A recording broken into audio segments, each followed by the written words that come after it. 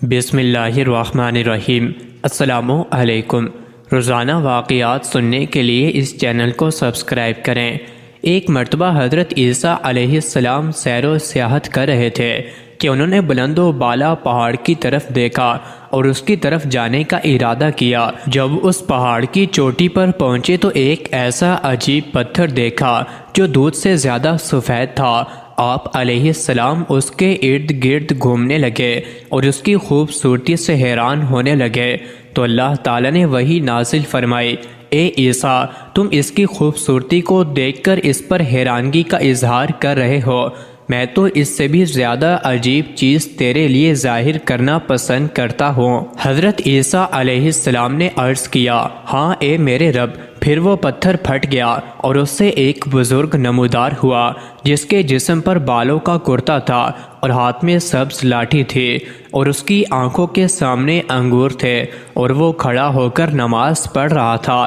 حضرت عیسیٰ علیہ السلام بڑے حیران ہوئے اور فرمایا، اے بزرگ، یہ کیا چیز ہے؟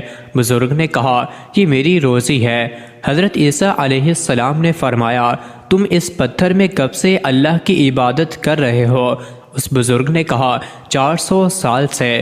حضرت عیسیٰ علیہ السلام نے عرض کیا، اے میرے معبود اور مالک، کیا میں یہ کہہ سکتا ہوں کہ تو نے اس شخص سے افضل کسی کو پیدا کیا ہے؟ تو اللہ تعالیٰ نے وحی بھیجی کہ بے شک امت محمد صلی اللہ علیہ وآلہ وسلم سے جو شخص شعبان کا مہینہ پائے اور اس کی 15ویں شب کو عبادت کرے تو اس کی یہ عبادت میرے نزدیک اس کی 400 سال کی عبادت سے زیادہ افضل ہے۔ اس کے بعد حضرت عیسیٰ علیہ السلام نے فرمایا، اے کاش میں امت محمدیہ صلی اللہ علیہ وآلہ وسلم میں ہوتا۔ حکایت بیان کی جاتی ہے کہ طارق الصادق کو صادق اس لیے کہا جاتا ہے کہ ان کے ساتھ ایک عجیب و غریب واقعہ پیش آیا۔ جب وہ ایک ویران کنویں میں گر پڑے تو وہاں سے حاجیوں کے ایک قافلے کا گزر ہوا تو انہوں نے سوچا کہ ہم اس کنویں کا منہ بند کر دیتے ہیں تاکہ اس میں کوئی مسافر نہ گر جائے۔ طارق پہلے سے کنویں میں گرا پڑا تھا۔ طارق کہتا ہے کہ میں دل میں کہنے لگا کہ اگر تو واقعی سچا ہے تو چپ کر جا، لہٰذا میں خاموش رہا اور حاجی لوگ کنویں کا منہ بند کر کے وہاں سے چلے گئے اور کنویں میں سخت اندھیرا ہو گیا۔ طارق نے اپنے پاس غائب سے 2 چراغ موجود پائے اور اس کی روشنی میں ادھر ادھر دیکھنے لگا۔ اچانک طارق نے ایک بہت بڑا سانپ دیکھا جو اس کی طرف آ رہا ہے۔